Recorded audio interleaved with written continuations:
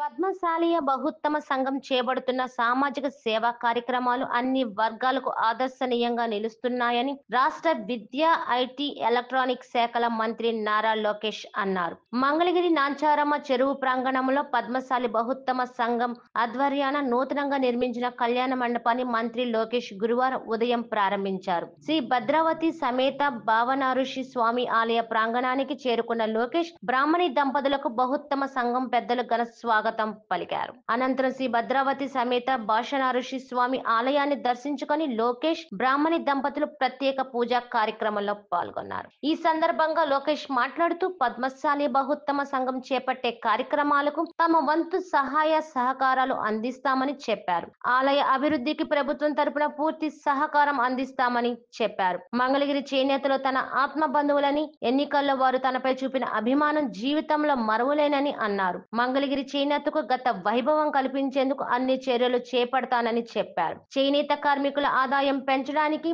Pilot ప్రాజెక్టుగా weavers శాల ఏర్పాటు చేసి టాటా తనేరా కంపెనీతో మార్కెట్ లింకేజ్ చేశామని అన్నారు. చేనేతల భాగస్వామి అయిన అన్ని విభాగాల కార్మికులకు ఆదాయం పెరిగే విధంగా కార్యాచరణ రూపొందిస్తున్నాం. త్వరలోనే జీఎస్టీ సమస్య కూడా పరిష్కారం అవుతుందని నారా లోకేష్ అన్నారు. మంగళగిరిలో ఉన్న స్వర్ణకారులకు స్కిల్ డెవలప్మెంట్ ద్వారా మెరుగైన డిజైన్లు తయారు చేసే శిక్షణ ఇస్తామని అన్నారు. దక్షిణ భారతదేశానికి గోల్డ్ హబ్ గా మంగళగిరిని తీర్చిదిద్దడానికి సుమారుగా 25 ఎకరాల్లో ప్రత్యేక గోల్డ్ హబ్ ఏర్పాటుకు కసరత్తు ప్రారంభించామని లోకేష్ తెలిపారు. మంగళగిరిలో ఏళ్ల తరబడి పేరుకుపోయిన అనేక సమస్యలు ఉన్నాయి. నేను వేసే ప్రతి అడుగు సమస్యల శాశ్వత పరిష్కారం వైపు ఉంటాయని స్పష్టం చేశారు. 3 నెలలు రాజకీయాల కోసం పోరాడం ఇప్పుడు 4 ఏళ్ల 9 నెలలు రాజకీయాలకు అతీతంగా అందరం కలిసి నియోజకవర్గం సంక్షేమం, అభివృద్ధి కోసం పనిచేద్దామని లోకేష్ పిలుపు ఇచ్చారు. మంగళగిరి పట్టణ పద్మశాలీయ బహుత్తమ సంఘం ఆధ్వర్యంలో అందరికీ అందుబాటులో ఉండే విధంగా కళ్యాణ మండపం నిర్మించారని, సంఘం నిర్వహించే సేవా కార్యక్రమాల్లో